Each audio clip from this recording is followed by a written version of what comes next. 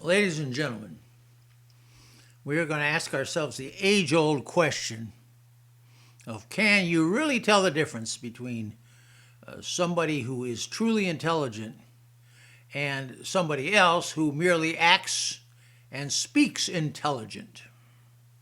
Can you tell the difference? And specifically now, as we talk about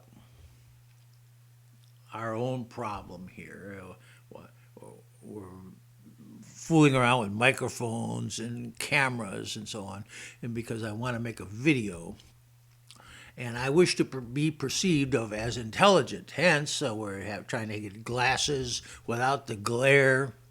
We're trying to have an honest face. That's the hardest part.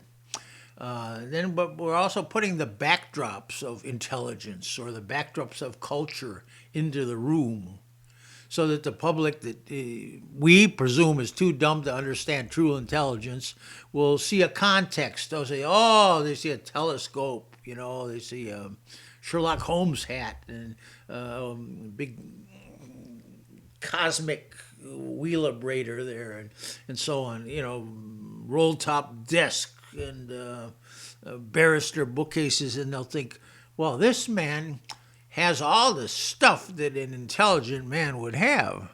Books, therefore, he must be intelligent, and I will listen to what he says. Well, that's what we want, see. We want to achieve that result.